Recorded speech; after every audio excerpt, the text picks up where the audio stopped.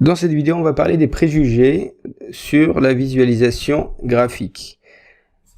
Alors, il y a plusieurs préjugés. Alors, je vais en prendre seulement 4 qui me paraissent assez courantes et qui sont intéressantes à poser pour voir qu'en fait, on peut les dépasser sans problème.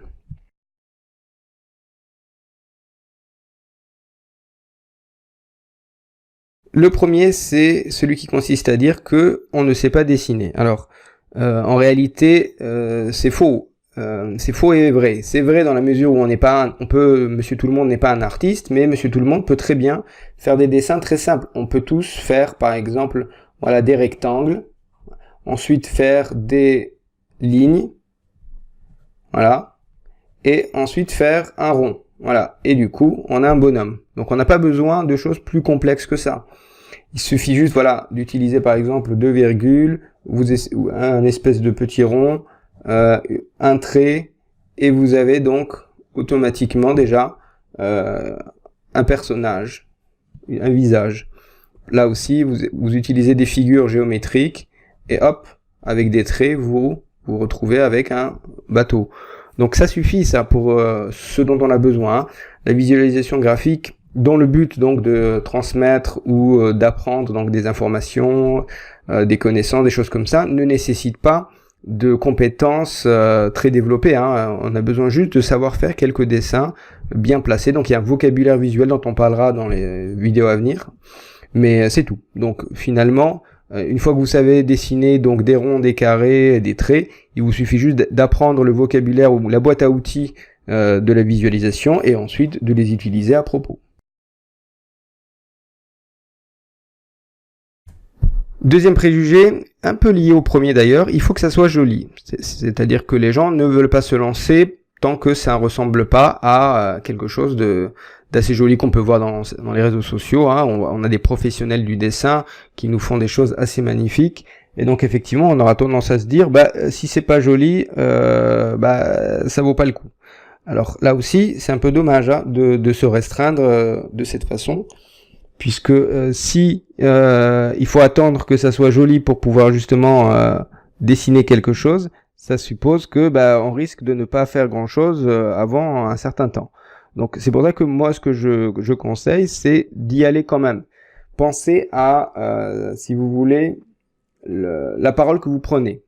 Vous prenez peut-être la parole en public des fois devant un groupe, que ça soit dans le cadre de votre boulot ou à d'autres occasions.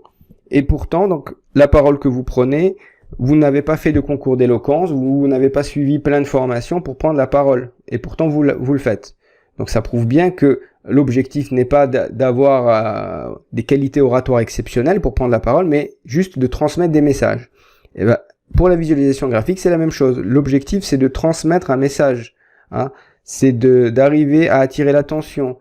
C'est de faire exprimer certaines idées de manière plus accessible. C'est ça l'objectif, ce n'est pas d'être joli. Donc de ce point de vue-là, on s'en fout que ça soit très rudimentaire, puisque derrière ça, normalement, il doit y avoir un fond, et c'est ça qui compte.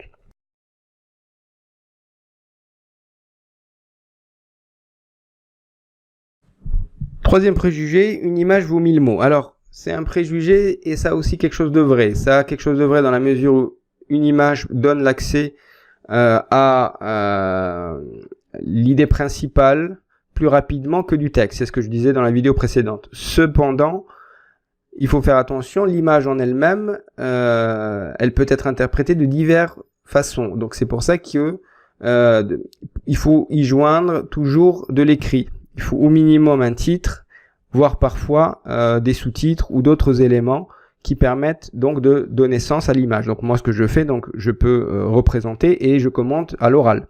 Mais je rajoute aussi quand même des sous-titres. Voilà. L'idée c'est que ça soit un minimum univoque. Donc c'est pour ça que quand on dit une image vaut 1000 mots, elle ne vaut pas totalement 1000 mots. Donc il y a l'image et elle doit être toujours accompagnée de quelques mots pour avoir un sens un peu plus concret. Voilà.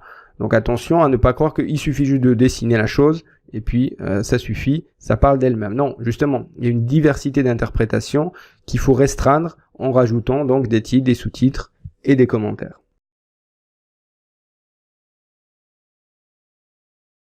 Enfin, autre préjugé, qui consiste à dire que le gribouillage, c'est pas sérieux. Il vaut mieux un PowerPoint tout propre que du gribouillage. Alors, dans certains cas, c'est vrai, dans certaines entreprises, il y a des codes, il y a des choses à respecter. Donc oui, de ce point de vue-là, je suis d'accord. Mais dans plein d'autres cas où on vous impose pas un code, où on vous laisse une certaine liberté, voire même pour vous-même, là, il faut pas hésiter à utiliser justement le gribouillage. Pourquoi? Parce que il faut être au clair avec l'objectif qu'on a. Quel est l'objectif? Il y a bien un objectif. C'est celui souvent, d'ailleurs, d'attirer l'attention. D'attirer l'attention ou de transmettre un message. Et donc, à partir de là, le visuel ne devient qu'un moyen. Ce n'est pas un but en soi, c'est un moyen. Donc, il faut qu'à chaque fois, il y ait un message de fond. Or, beaucoup de gens qui se lancent dans la visualisation oublient que l'objectif n'est pas le dessin en lui-même. Dans ce cas-là, il vaut mieux faire du dessin artistique. C'est plus intéressant, c'est plus riche. Vous pouvez utiliser plein d'outils, vous avez vraiment une expression artistique à développer, des techniques à acquérir. C'est plus intéressant. Mais si l'objectif, c'est d'attirer l'attention, de transmettre un message, de faire comprendre quelque chose, de simplifier quelque chose de complexe, donc là, on a un objectif clair et on a souvent un message ou des données de fond ou des informations de fond qu'on va utiliser, qu'on va mettre en forme graphiquement. Le graphisme, enfin la visualisation graphique, ne devient qu'un moyen au service d'une autre fin qu'on s'est fixé, au service d'un objectif qu'on s'est fixé. Et de ce point de vue-là, le gribouillage n'est pas du tout quelque chose de pas sérieux, puisque ce qui va être jugé comme sérieux ou pas, ce n'est pas la visualisation, mais le message de fond. C'est lui qui va être jugé comme sérieux ou pas.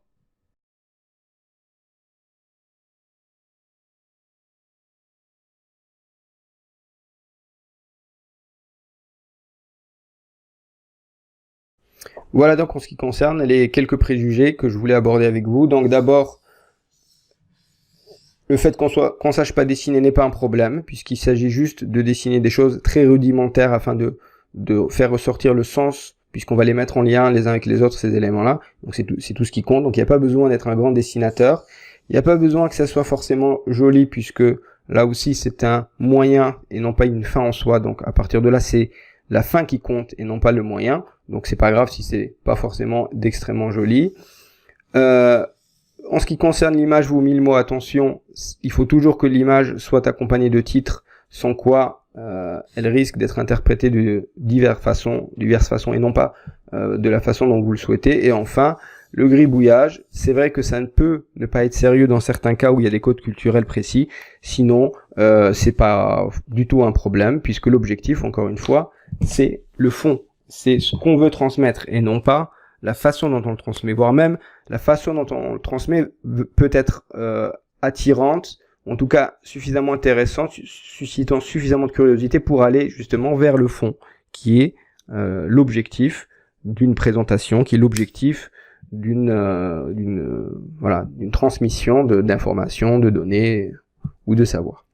Dans la prochaine vidéo, donc, on va passer sur qu'est-ce qu'on dessine concrètement. Est-ce qu'il y a des trames générales qui nous permettent de savoir un petit peu qu'est-ce qu'on va mettre en avant lorsqu'on veut représenter une information, une connaissance ou encore une histoire.